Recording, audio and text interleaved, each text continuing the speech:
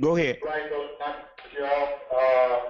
I've been in Washington. I've seen three presidents now. I never saw George Bush treated like this. I never saw Bill Clinton treated like this with such disrespect. Mitch McConnell would have the audacity to tell the President of the United States, not just the chief executive, but the commander-in-chief, that I don't care what you come up with, we're going to be against it. Now, if that's not a racist statement, I don't know what is. And so what we are faced with, even when people of color play by the rules, and the rules in this term is you register and you vote for the candidate of your choice, and if the candidate of your choice happens to be black, then all of a sudden, that candidate, for some reason, is not the same as others. So, to me, that's just blatant disrespect, and I've never seen it as bad here in Washington as I've seen it now.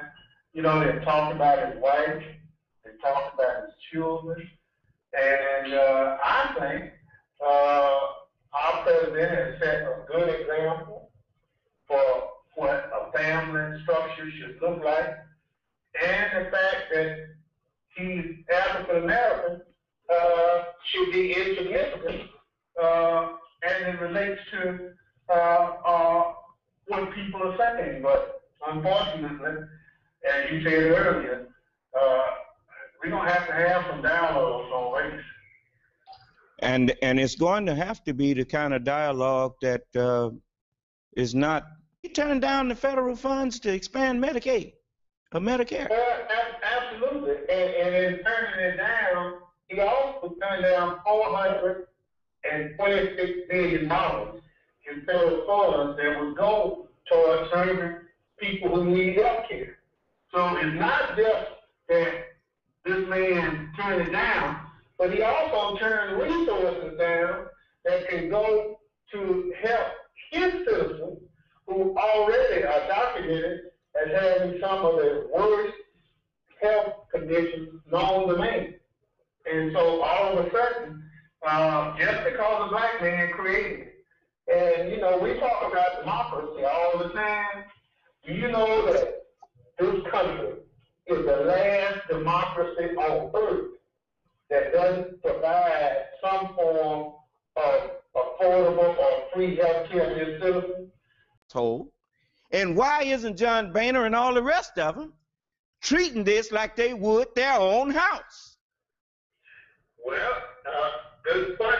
But you know, the point is all about race.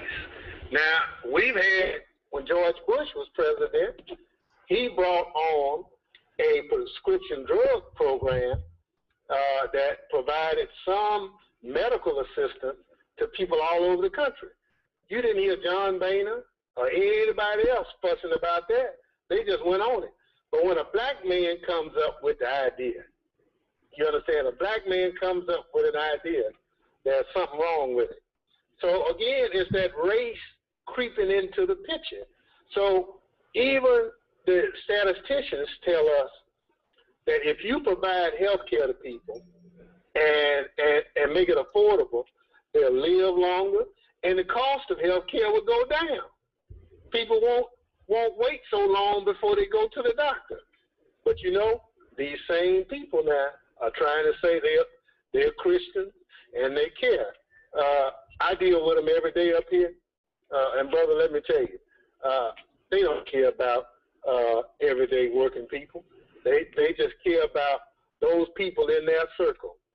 Even before Bundy went crazy out in Nevada, they were calling him a patriot.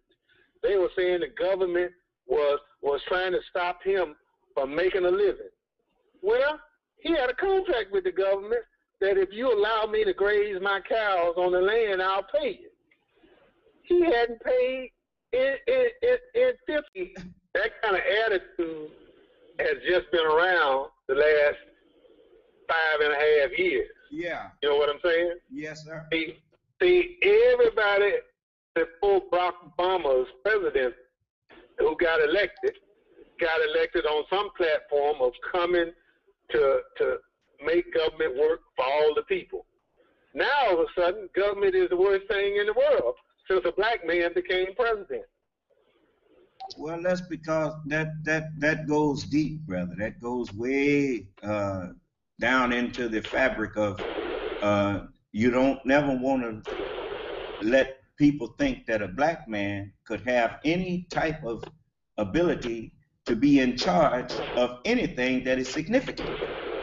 But you notice one thing. But go ahead. But no, they tell us, go to school, get your lesson, stay out of trouble, keep your nose clean, and you can make something out of yourself.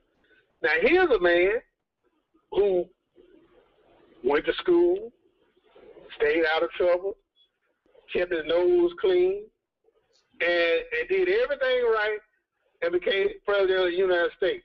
But he's still not good enough. You understand what I'm saying? He's too dark. But it looked to me like the man sitting up in Congress telling you he don't see no color. He's the one